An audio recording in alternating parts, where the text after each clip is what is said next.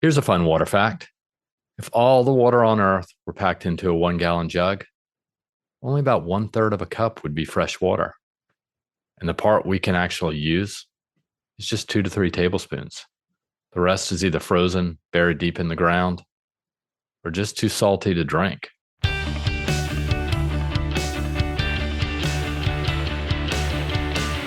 I am Reese Tisdall, and this is The Future of Water, in which we talk about all the ways in which companies, utilities, and people are addressing the challenges and opportunities in water.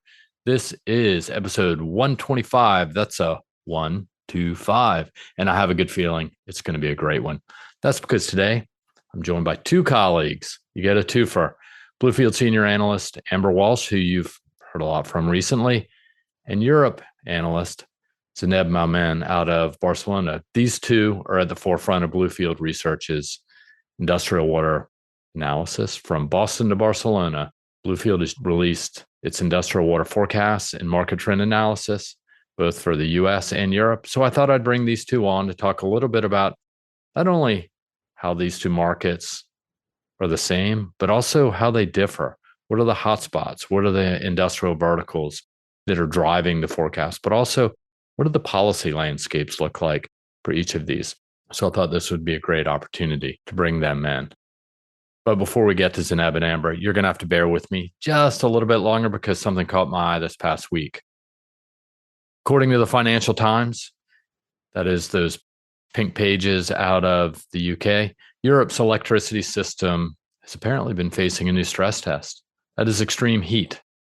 Repeated heat waves this summer have driven record demand for cooling while simultaneously constraining generation capacity at nuclear and hydropower plants. The result, soaring electricity prices, blackouts or brownouts in some cities, and warnings that Europe's energy system, which has traditionally been built for winter peaks, must adapt to a climate in which summer extremes dominate. Water's role in cooling, power reliability, and grid resilience is at the center of this challenge. So it makes me think of the water energy nexus. So a couple takeaways that I've been thinking about is water is a bottleneck for the power and energy system. Inland nuclear and coal plants have cut output due to hot river temperatures and low flows. Also, the UK power output for hydropower has plunged 40%, which highlights critical water energy dependencies. But at the same time, while the US energy sector is really excited about the EU pledge to purchase $250 billion worth of natural gas over what I believe is the next 3 years, well, did you know that hydraulic fracturing in the Permian Basin in particular can require as much as 12 million gallons of water per well to produce oil or gas? In this case, natural gas is what we're talking about.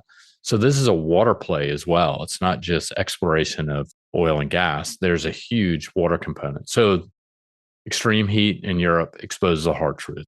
Like American runs on Dunkin', that small donut chain out of Boston, energy runs on water.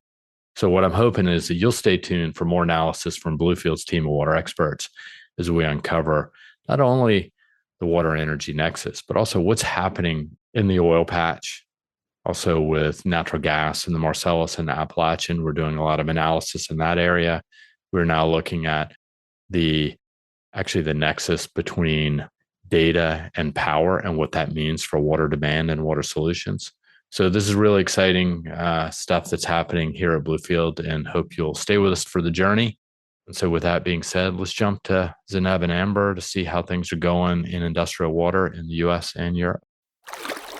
All right, Zeneb, Amber, how are things? Good. How are you? Pretty good. So at the request of Mike Gaylor, the person who actually kind of makes this happen, he cleans up the mess that we make audio-wise. He's suggested that we lean into the weather a little bit. So maybe this is also a good way to tell everybody where you are. So Zeneb, we'll start with you. So where are you and how's the weather? Hi, Luis. Thanks for having me. I'm basically now in Barcelona, and as most of the days, weather in Barcelona is always sunny and beautiful. How about over there? Amber, what do you say?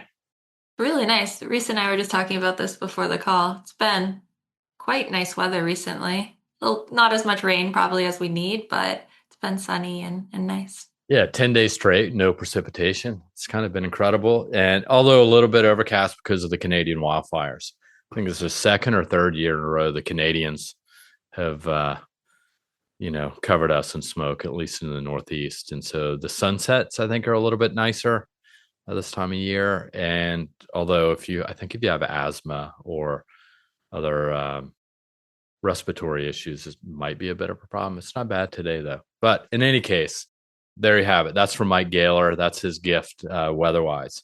So the reason I brought you guys on, as I stated in the intro, is that we've now most recently just released our Europe industrial forecast, looking at what I think are 12 industrial verticals. Zeneb, you can correct me in a second. Well, it's 15 Oh, actually. 15? All right, 15 it is. There you go. Quickly corrected. Amber in the US, who did 15, 16? 15 and then the other category, so 16 total. Okay. So, all right. So we're pretty close. So across the US and Europe, we've forecasted within these regions water management. That's OPEX, CAPEX, how much water is being used, demand, talked about the drivers, inhibitors of each. So what I'm hoping is to bring you guys together now that we're all here for the listeners is to talk a little bit about how do Europe and the US compare, right? We have clients who, as they say, work on both sides of the pond, and if not globally. So let's give it a shot. So maybe we'll start with you, Zeneb. But so how do the two markets compare in size and growth? Maybe we'll start with Europe. Well, let's start by Europe. I mean, the market is projected to surpass 101 billion by 2030, and it's growing at a rate of 5.15, and that's both across CAPEX and OPEX.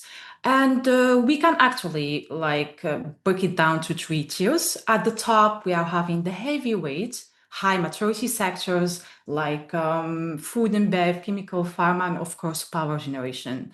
Then there is a second tier.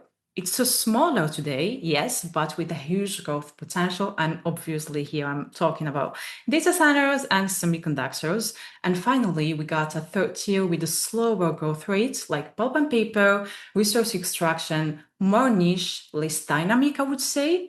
So by far, like if I want to give a global overview, manufacturing in Europe is a dominant player. And here we are talking about around 83 billion across key segments: food, bev, chemical, pharma, electronics. How about US and Canada, Amber? Yeah, great. Yeah, I'll jump in here for US and Canada. If we're talking total spend 2025 to 2030, it's about 340 billion. So that's higher than the 100 billion euros that Zeneb had mentioned. But a large chunk of the spend is oil and gas extraction. So when we take that out, it's about 177 billion. If we convert that to euros, it's about 150 billion euros. So a little more comparable. And so we're talking similar trends. There's a mature food and bev market, chemicals. We also see data centers, semiconductors. So similar trends. Yeah, I mean, it sounds like it's kind of similar. I think Zeneb put it correctly, right? You've got these mature, sort of long-standing sectors, like food and beverage is pretty obvious, right? That's been around for a while, but highly fragmented, I suspect, in both cases, incredibly fragmented for food and beverage manufacturing. You get the very small facilities and the large. I think the other two things, just for my quick take, and I don't want to get ahead of ourselves, but is oil and gas in the US. I mean, that's kind of it's a little bit of a different market. We're actually going through a deep dive analysis of midstream water management right now. It looks like the total management spend for that, well, I don't want to get into that now because it'll create more confusion, but it's pretty significant in the US, whereas in Europe, it's not. Then lastly, I think the commonality, like the hot topic or topic du jour is, or data centers or high tech, right? That's really where we're seeing, and that makes sense. I don't think that should be a surprise to anybody. So let's talk a little bit about which sectors are creating some of the bigger opportunities. And so maybe we'll start with you, Amber. What are the key US drivers to industrial water management? Definitely. So if you've been listening to the pod the past couple of weeks, we've talked about data centers and semiconductors here in the US. So semiconductors, the CHIPS Act, That's really been pushing manufacturing, so reshoring the production of chips. We see TSMC, Intel, Samsung, they're all building these large fabs, spending billions and billions of dollars on these chip production expansions. So that's been interesting to see. And if we're going to compare it to Europe a bit, they have the European Chips Act as well. From my take, it hasn't had as much traction as the US Chips Act has. We see Intel, they've recently just canceled their fabs, their planned fabs in Europe. I think there was one in Germany and one in Poland. Correct me if I'm wrong. But so Intel's been facing a host of issues internally, but we're also seeing the US be a hotspot for greenfield semiconductor production. And with that comes significant water spend. There's the ultra pure play. There's also, it creates challenging effluent that requires advanced treatment before discharge. So then also data centers, as Reese mentioned, US is a leading market for data centers. We've done a lot of work looking at the US data center market and its high growth. We say it's about 8% compound annual growth rate for spend through the end of the decade, growth in AI workloads. Virginia alone is expecting billions and billions of dollars in new spend. And then also something Reese, you touched on, midstream water management. So fracking is huge in the US, large producer of oil and gas. And with that comes a ton of water spend. So there's opportunity there. Yeah, I think that makes sense. I think there's a lot happening. I think your point, I think we talked about this on, I think we were calling like a high tech discussion, semiconductors and data centers for a podcast a couple episodes ago with you, Amber. And that was, I can't remember if we talked a little bit about Intel, but yeah, Intel, I think it was actually with Greg Goodwin last episode. I think I had raised the fact that Intel was sort of exiting Europe fabrication or its plans there. I didn't know how much of that had to do also with the new, is it the incentive structure? How much of that was that an incentive? So it's gone from instead of a 25% incentive for semiconductor fabrication in the US to 35% through 2028, maybe 20. I can't remember the exact year. Yeah, that's definitely an incentive. And we do see Intel has noted that it is going to slow the rollout of their Ohio fab, but they haven't canceled it like they have their German and Poland one. Yeah, and probably not all because of the incentive. Intel's been having its own problems, which has, I think, been noted in the media. So, all right, well, Zineb, let's talk about Europe drivers. What's happening? What's driving that market? And see if we can find any differences or interesting. Well, Amber already highlighted the key differences and similarities, which we obviously gonna, if I would say a similar market is data centers, but in Europe side, no surprise, food, chemical, and pharma continue to dominate the CAPEX and OPEX. Actually, these are big mature markets, but they are really far from being static because they are kind of the center of evolving regulations, especially around PFAS restriction and the Urban Wastewater Treatment Directive upgrade. And just to give you an idea about the market, like food industry alone tops the European industrial spend chart with around 27 billion. So yes, it's a legacy sector, but one that's still very much evolving, especially with the push toward cleaner and circular water system. And now shifting to the most exciting one, as Amber mentioned, data centers, with a growth rate of 8.6%, adding up around 1 billion to the cumulative spend in both CAPEX and OPEX. And this AI boom, it doesn't stop here, but it triggers a ripple effect across semiconductor and power and electricity generation. So we just look at the EU Chip Act of around 43 billion in funding to capture 20% of the global chip markets by 2030. But for the energy, here where things is getting interesting. Reese, you brought up the recent news about the shutdown of nuclear plants in Europe due to the heat waves, right? So that's not just one-off event. It's a signal. It's true that energy is a volatile market, but it's highly dependent on water for cooling. And when heat spikes or floods hit, systems got overwhelmed. And in our forecast, we already looked at the old patterns: climate extremes, aging infrastructure, shift toward AI, smart grids, and we predicted a cumulative spend of 16 billion for this segment alone, with a growth rate of around 6.3, which places power generation among the first industries tiers in Europe. Yeah, I think the energy play is real. I mean, to the extent people understand this, there's so many factors shaping energy or power production or generation, right? You've got obviously Russia, Ukraine, which has created gas shortage. There's been a shift towards away from nuclear and coal in places like Germany, high manufacturing countries. And then you've got the climate related issues. Europe is, while the US may be stepping back from any climate related commitments and renewables, Europe is moving forward, full steam ahead. And then you start talking about things like hydrogen and electric vehicles. I think that's what's really interesting from a policy framework. So, and then it's at the same time, I think I mentioned this in the intro, and that is whether it's a framework agreement. I don't think anything's been signed between the US and Europe, but that is, Europe at least is pledged to purchase at least $250 billion worth of natural gas over the next 3 years, I believe. So, what does that mean for power demand? Is there just going to be more natural gas? Will there be more nuclear? I mean, it's kind of a very layered market risk because, okay, we got as well the nuclear revival, which like some countries are trying to switch from renewable energy because it's not sustained around the year. You got solar, you got wind, but this is like got interruptions if the weather is not convenient for the right energy generation.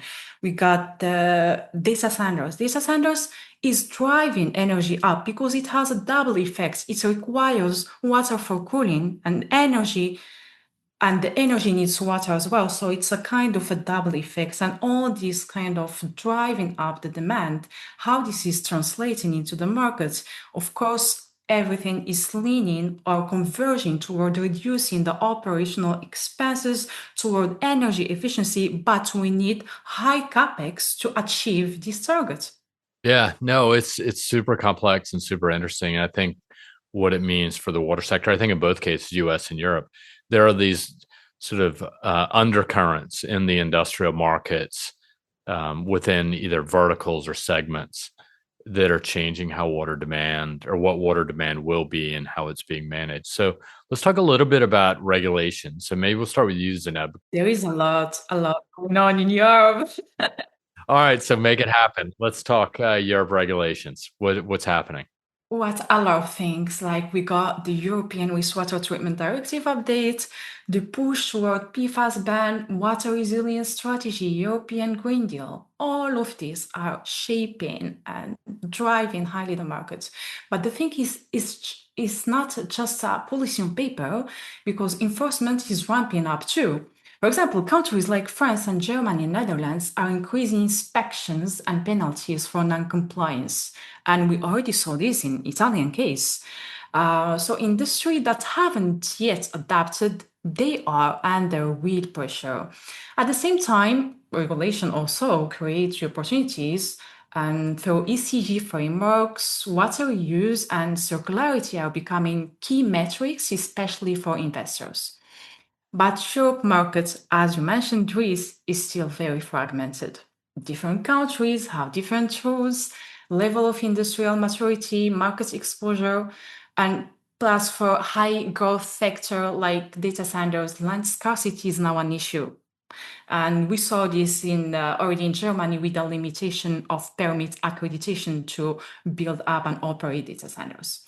So I would say overall, regulation is both a catalyst and a filter, accelerating innovation and sustainability, yes, but also exposing in Europe a market complexity that only the most adaptive players can navigate.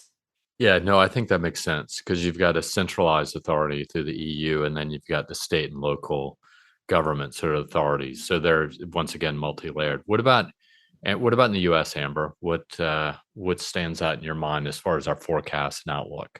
Yeah, definitely. So I think it's a little more incentive driven here in the US. We don't have as much of the regulatory force that we see in Europe, especially with that urban wastewater directive, specifically targeting pharma and in the beauty industry. So with the CHIPS Act we had mentioned to boost semiconductor spend, the Inflation Reduction Act, although facing some final rollout hurdles under this new administration, it still boosts certain segments of our forecast. When we look at regulation, though, we look more at the local level. So PFAS testing, adding to NIPD's permits. Also, something interesting that we're seeing, it's not exactly regulatory tied, but it's the pushback of municipalities on some of these industrial players. So if their effluent is of a certain quality, too high in organics or whatnot, and the municipality can't treat it with staying within their own permits, they're pushing back. So we're seeing surcharges or even just a rejection of the effluent, and that's pushing for more on-site treatment at some of these food and bev plays. And then also something to mention is state level variability. So if you look at different regulations and incentives, state to state, it varies. Texas versus California versus Virginia, it's all going to have different permitting and tax incentives. Yeah, and I think one thing that jumps out at me is sort of let's talk PFAS for both, right? You've got these chemical or industrial producers of chemicals and other products, but PFAS is one thing that has historically been discharged into surface waters and so on and so forth. I don't know if my mind is changing or it should be changing, and that is I've always looked at Europe over the past couple of years, at least when it comes to PFAS management, is going to the source and addressing the chemical manufacturers, right? In the US, I felt less that was the case. I mean, there's been some question about, well, who does it really fall on? Does it fall on the wastewater treatment utilities, the sewer companies who are having to deal with it, which is really just a pass through? But just this past week, Chemours and DuPont and Corteva, they just agreed to a $875 million settlement of claims in New Jersey alone. So that's just in the state of New Jersey. That's in addition to the other agreement that came out of South Carolina. I think it was for 3M, if I recall, for like $12 billion, $12 billion settlement. But that wasn't just, it was just filed in South Carolina. It was multiple states. So I don't know if that's changing in the US, if the winds are shifting towards the supply side of the equation of PFAS chemicals. It seems to be the case, at least in the courts. So I think that's pretty interesting because you both have brought that up. But when we think about where things are geographically, right, we're obviously dealing with some significantly large land masses. One, Europe is no small potato, as I would say, and the same goes for the US, right? So, Amber, let's stick with you. So, is there any regional or geographic differences in the forecast? Like, what are the hotspots? Yeah, so one driver that we took into account or impact is water scarcity. So you look at places like Arizona and Texas, and they're facing water security concerns. You also have huge semiconductor fabs going up. You have data centers going up. If you look in Texas, you have your midstream water management, different food processors. So the high growth in areas of water stress is pushing towards more advanced water management, boosting the spend in our forecast. It's also just boosting some interesting water management strategies that we're seeing. So Microsoft, they're doing that direct to chip cooling in Phoenix. They're going back to, so they're doing at the chip level, the direct to chip cooling, but then using mechanical coolers so that then boosts their power demand. And then we start talking about that power water issues. So that's been interesting. TSMC in Arizona, they're doing a reuse facility, aiming for, I believe it's 90% reuse at full build out. So these are pretty significant strategies, and these costs are highlighted in the forecast. And then we also see Midwest is just a manufacturing hub. So you have Michigan, Ohio, Indiana talk about automotive, EV supply chains, plus just your legacy manufacturing. So lots going on in different parts of the country. but definitely interesting. Yeah, and one thing I would throw in there, I don't know, like Texas, New Mexico for oil and gas. Obviously, that's probably pretty obvious. But then there's also the Marcellus, so Pennsylvania, West Virginia, Ohio, Utica, so Appalachian Basin, broadly speaking. That's for gas extraction. So there's significant water management there as well.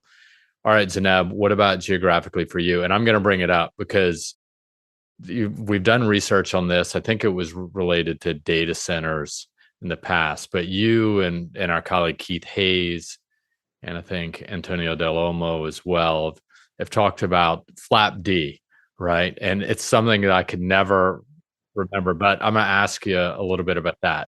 Is that a region or a hotspot? And then what other hotspots are there? Sure. First, and before digging into the FLAP-D, I would like to deep dive into the PFAS, but maybe in a separated episode because there are a lot of things going on, and we are currently working on a PFAS report. So on the other side of the ocean, looking across the map, we have a very layered story here.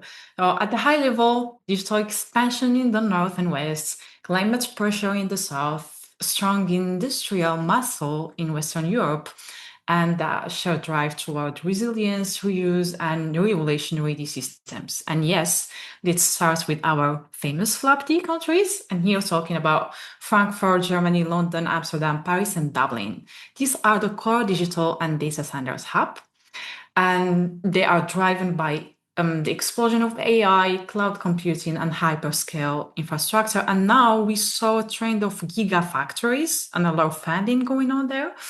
And we are also seeing Spain and Italy quickly gaining ground. So it's like, I would say, emerging markets with projects like Microsoft's Cloud Campus in Spain.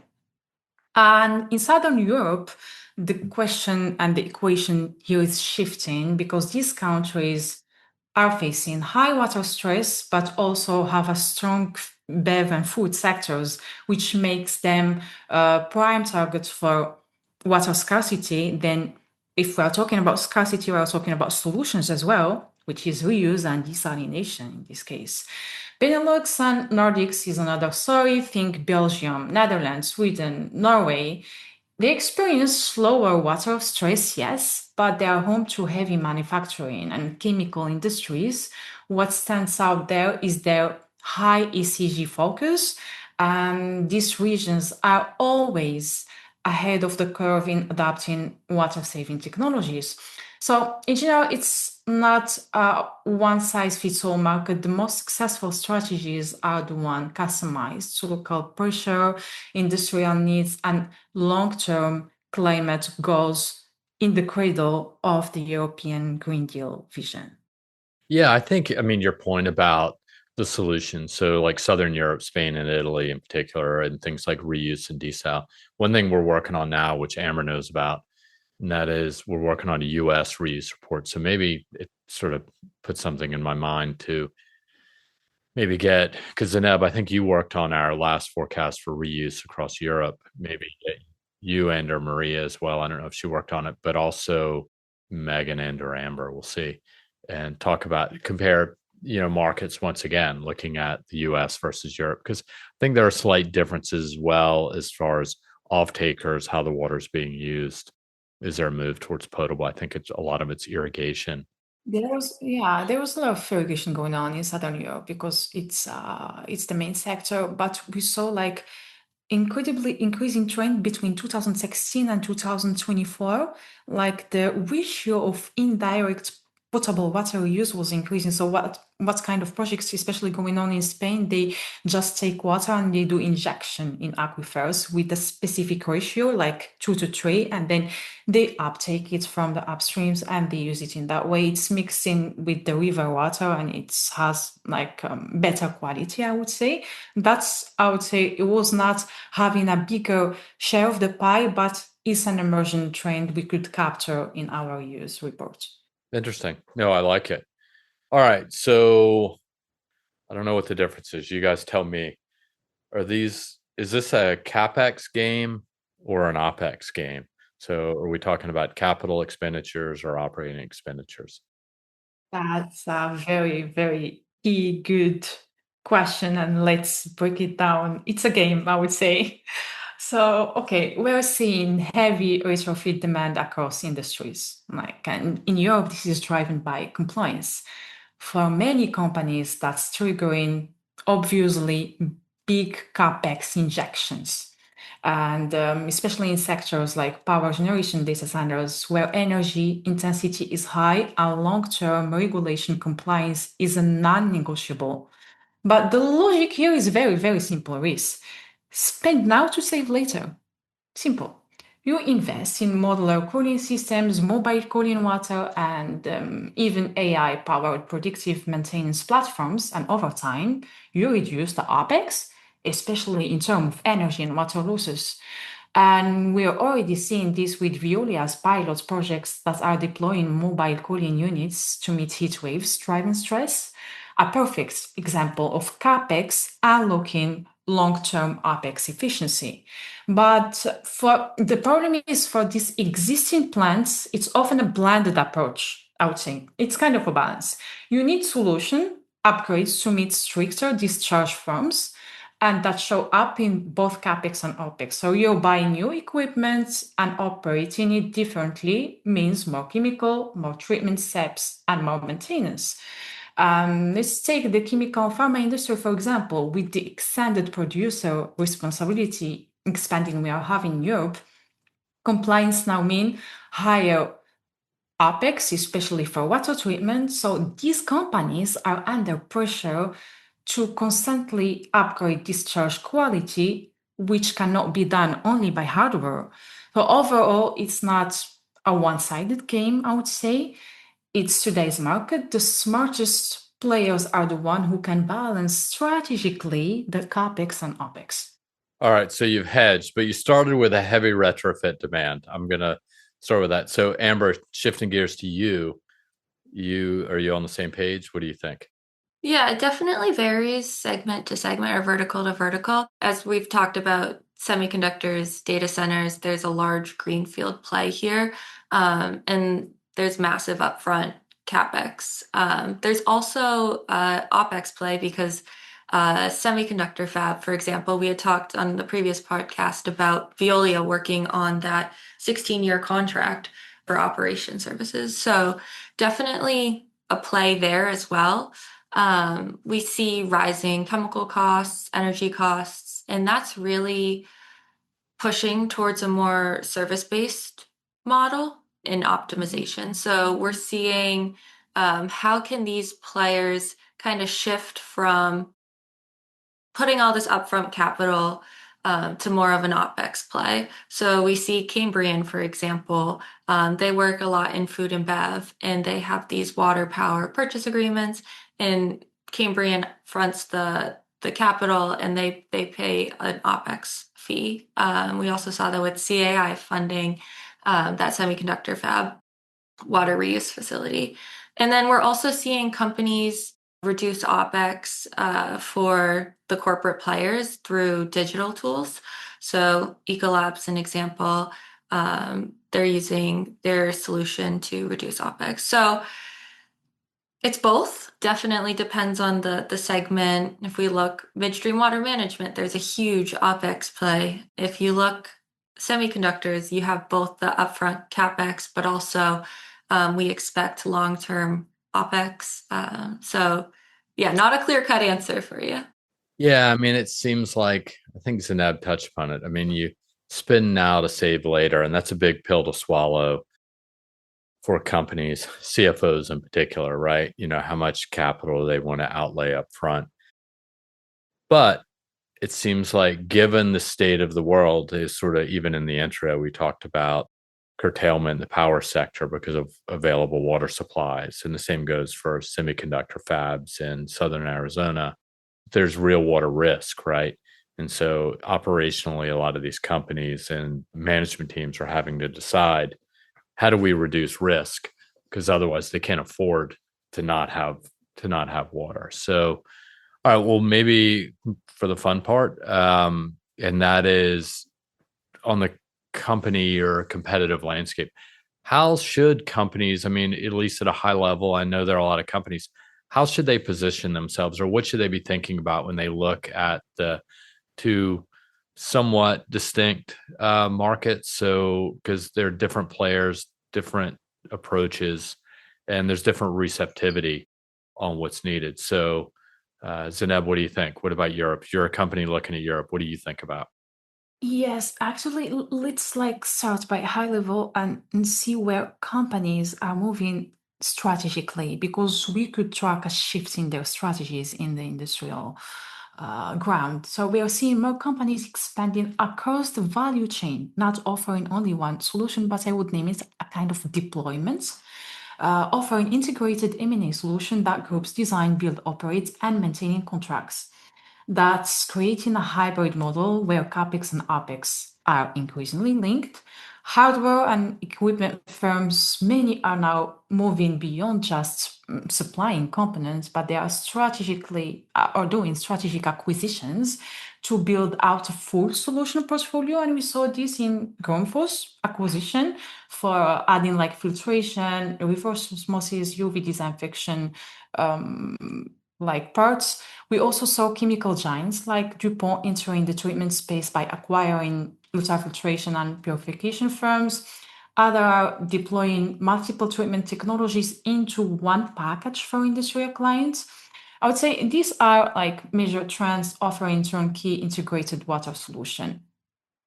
Meanwhile, we have larger engineering firms are shifting their focus more heavily toward the industrial sector. So, for example, Chimera like shifting, divested its oil and gas business to focus on renewable water treatment and digital services. And this is a clear signal where the future lies. So back to your question, Reese, how companies should position themselves today is simple.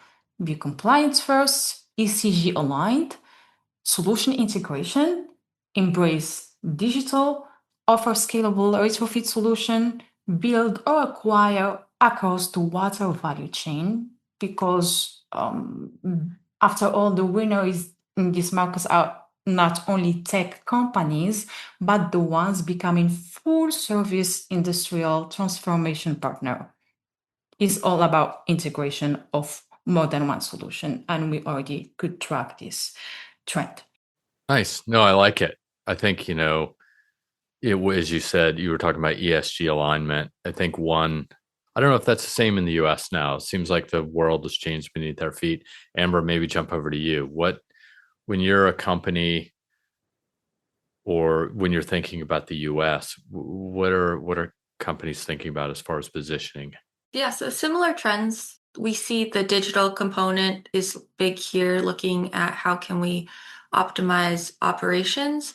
I think something that is interesting is the expansion geographically. So we see SAR, for example, like they acquired Aquachem and they're making moves to come to the States. Grundfos's recent acquisition, Nuterra, positions them well for that as well.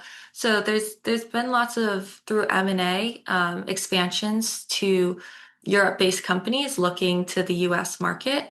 So that's another way, and vice versa too, some US-based companies looking for Europe. So I think there's a lot of similar trends in how they're expanding across the value chain. Yeah, you see those chemical plays, they're expanding into digital solutions. Your more traditionally hardware companies, they're expanding towards treatment. So I think there's lots of plays there, but then also utilizing M&A for geographic expansion. Yeah, I think, the services piece is really interesting. I think we've just put out some research with Ethan Edwards. We're working on some analysis of the Inframark and Azuria deals, really combining two service companies. And they're mainly Muni focused, but they've both been pushing into industrials as well. I think that's super interesting. I think, to Zeneb's point, also, once again, Ethan and I were working on Veralto deal or investment into Emerald Technology Ventures. And the reason that's interesting, part of it is, and I think it just has been posted on our website. What's interesting is looking at kind of M&A across these leading companies and what are these strategics. Yeah, there are not a lot of big platform deals, right? Where like these multi-billion-dollar deals that are being acquired, they're few and far between. But a lot of M&A And I'd say technology innovation has been by, acquiring small, pieces at a time, whether it be technology or small services companies, either round out their portfolio or just round out their geographic reach. So I think that happens probably in both cases, but it seems like, sustainability matters for both, and it matters. And I think whether that's, I say this because in the US is sustainability, and I think in parts of Washington, or maybe half of Washington, thinks that is a dirty word. I would rephrase it and say just mitigating operational risk. Really, that's what it's about. I don't think companies or corporations care what they call it as long as they're able to operate. If you're a data center, you can't afford to not have a reliable source of water. And that's why companies like Ecolab, or, through services and long-term contracts, are targeting that sector. So any closing remarks from either one of you, things to think about? So maybe we'll start with you, Zineb. So yes, I mean, generally talking, like very high level, we can see some like similarities between the two markets in terms of data centers, semiconductor, but key differences in terms of oil extraction and food and bev dominance in Europe, with the focus industrial, heavy focus in US, and then sustainability, European Green Deal, regulation compliance in Europe. And looking forward to do a separated dive for data centers to mirror how the two markets are evolving. Nice. I like it. Amber, what about you? Yeah, I think something to highlight is just the difference in energy markets between the two regions. I think in North America, we see more production, and Europe's definitely faced their host of security issues and cost issues. So that plays a role in some of the inputs into our forecasts. But definitely interesting to look at how the two markets compare. Yeah, and I'll get, hats off to you guys, because this is tough. We're like, as we started, we're looking at 15, 16 different verticals across two different countries or continents. So that's tough, different regulatory landscapes. So this is a broad brush sort of race across, a big chunk of the world. And so, I think you guys have done a great job pulling it all together, not only on this podcast, but also as far as in the reports themselves. So yeah, I agree. I think maybe next time we sort of take a deeper dive into something like data centers or reuse, something even more focused, and get into a little bit more detail about different, more specific segments. So that being said, I'll set you guys free. It is a Friday as we started the conversation. Beautiful day. It's always beautiful in Barcelona, according to Zineb, and it's at least been beautiful in Boston for 10 days. So with that being said, you guys are good to go. Thanks a million for jumping on. Thanks for having us. Thanks, Reese, and wishing you a great day from the other side. All right. Take care. See ya. All right. That's it for today's breakdown. If you want more intelligence like this, head over to bluefieldresearch.com. So thanks for being part of the journey. What's turning out to be an interesting 2025 still, although it's already August. Before we sign off, and I don't say this enough, I want to thank all the people involved in making this and all the other conversations happen. These include Mike Gaylor, Brian Sullivan, Kelly Talbot, Steph Aldock, and all the Bluefield research team who jump on at my request. So I appreciate them being so flexible. I'd be talking to myself, as I say, if it weren't for them. If you're in Boston, Barcelona, New York, Chicago, San Francisco, Paris, let us know. We would enjoy the opportunity for a meeting. San Francisco, we're adding more team members in San Francisco Bay Area, so you can always go to our soon-to-be new office there as well. Send us a note to waterexperts@bluefieldresearch.com with any topic ideas you'd like us to discuss. We're doing this for you, not us, truth be told. And always tell a friend about it. If you got a friend, tell them, and they're interested in water and they're curious, you can forward this on to them. And I don't ask for this frequently, if ever, and that is, give us a review if you got a chance. Those reviews do help. You can just, in the Apple podcast is easy, just give us a 5-star review if you like it. And if you even want to go further, give us a comment. And you can also give us a review in Spotify and the other platforms. So with that being said, I'm Reese Tisdall, and I'll catch you next time as we keep watching the water sector one signal at a time. This podcast and these water industry insights have been brought to you by the one and only Bluefield Research. To learn more about us, you know the address, bluefieldresearch.com. Till we talk again, be well, be safe, and take care.